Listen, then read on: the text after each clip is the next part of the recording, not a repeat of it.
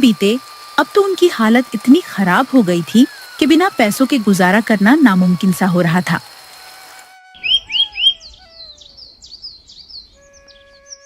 इसलिए एक दिन पुष्पा ने गांव के सबसे धनी व्यक्ति श्यामलाल से मदद लेने की सोची। कजरी, रूपा, तुम दोनों घर पर ही रहना, मैं थोड़ी देर में आती हूँ। अब तुम कहाँ जा रही हो? बाहर मौसम खराब है, कभी भी बारिश हो सकती है। इसीलिए तो कह रही हूँ, घर पे ही रहना दोनों। मुझे श्यामलाल से काम के सिलसिले में बात करनी है। मैंने तो सुना है वो श्यामलाल काफी क्रूर और लालची है। पुष्पा, तुम अकेले घर का बोझ उठाने का सोच रही हो क्या? भूलो मत, तुम मुझसे कुछ महीनों की ही बड़ी हो। इसका मतलब ये नहीं कि मैं आराम करूं और तुम अकेले काम करो। मैं घर में अकेली रहकर ऊब जाती हूँ। अब मैं भी काम करूंगी और घर खर्च में आप दोनों का हाथ बटाऊंगी। दोनों ने साथ काम करने की जिद ठान ली थी, इसलिए पुष्पा उन्हें चाहकर भी मना नहीं कर पा रही थी। अब तीनों बहनें श्यामलाल के घर की ओर निकल पड़ती हैं। रास्ते में मिलने वाले हर लोग उन्हें नफरत की नजर से देखते हैं, लेकिन तीनों अपनी हिम्मत नहीं हारती हैं और श्यामलाल के घर पहुंचती है।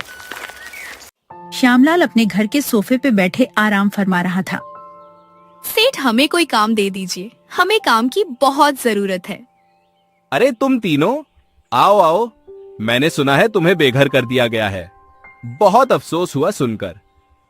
किस्मत के आगे किसकी चली है साहब? गांव में कोई हमारी मदद नहीं कर रहा है। हम बड़ी उम्मीद लेकर आपके पास आए हैं।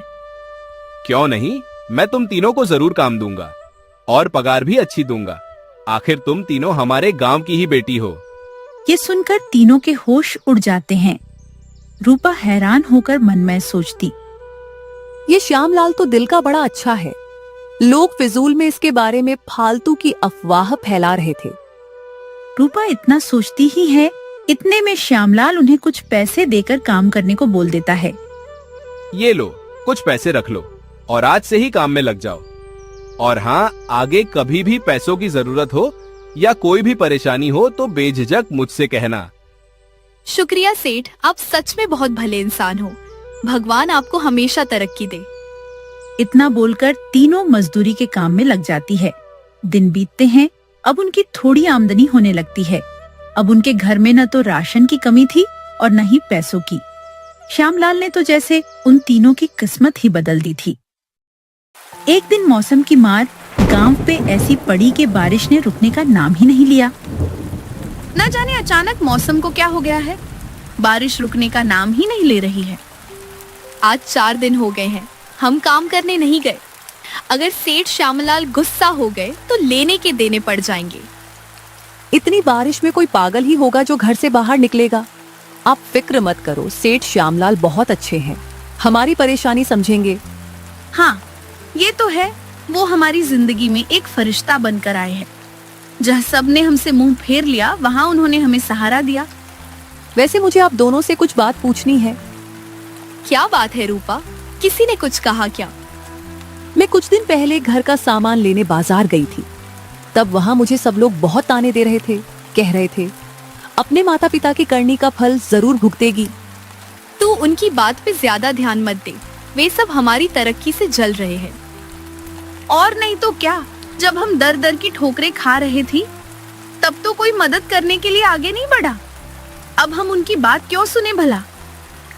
पुष्पा और कजरी गांव वालों के तानों को नजरअंदाज कर रही थी। उन्हें ये समझ नहीं आ रहा था कि इन तानों के पीछे क्या गहरा राज छिपा है। वे तीनों बिना किसी फिक्र के अपने मिट्टी के घर में आराम से रह रही थीं।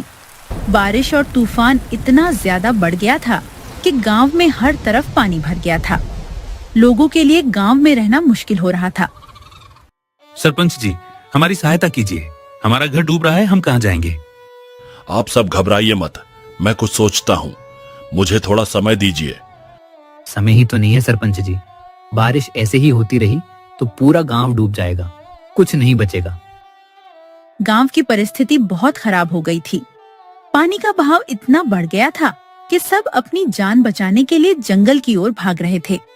जंगल पहाड़ की ऊंचाई पे था, इसलिए वहाँ पानी भरने की परेशानी नहीं थी। रूपा और कजरी घर के बाहर बैठी थी, तभी उनकी नजर गांव वालों पे पड़ी। कजरी दीदी, वो देखो गांव वाले जंगल में इधर उधर दौड़ रहे हैं। अरे हाँ, चलो देखते हैं क्या हुआ है। कजरी पुष्पा को आवाज देती है। पुष्पा भी घर के बाहर